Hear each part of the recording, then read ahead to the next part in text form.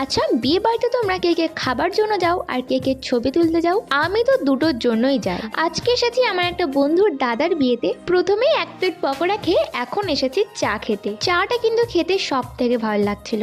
এই শীতকালে গরম গরম চা, আহা। চা আমি 2-3 কাপ খেয়ে নিয়েছি, কিন্তু খেতে গিয়ে একটা কাণ্ড ঘটেছে। 1 কাপ চা পড়ে গেছে আমার শাড়িতে। আর স্নেহার কাছ থেকে 2টো ফুচকা খেয়ে নিয়ে এখন চলে এসেছি আমরা মেন কোর্সে খাওয়া দাওয়া করতে। প্রথমে ছিল পনির স্যাটে, সাথে স্যালাড আর সস। পনির খেতে আমার এমনিতে ভালোই লাগে, আর শীতকাল চলে এসেছে, কড়াইশুঁটি কচুরি তো থাকবেই। ছিল কড়াইশুঁটি কচুরি আর আলুর আচারি। খাওয়া শেষ হতে না হতেই চলে এলো বাসন্তী পোলাও আর চিকেন বাটার মশলা। আমরা এখানে যতটা খাচ্ছি ততটাই বেশি কথাও বলছি, বন্ধুরা মিলে গেলে তো এটাই হয়। তারপর এলো সাদা ভাত, সাথে ভেজ ডাল আর ফুলকপির রেজালা। ও হ্যাঁ, রুই পোস্তটাও আছে। কিন্তু বিয়ে বাড়িতে মাছ খাওয়া কিন্তু বেশ ঝক্কির ব্যাপার। একটা ভিডিওতে কিন্তু খাওয়া শেষ হয়নি, পরের ভিডিওতে দেখা হচ্ছে। ঠিক আছে, বাই।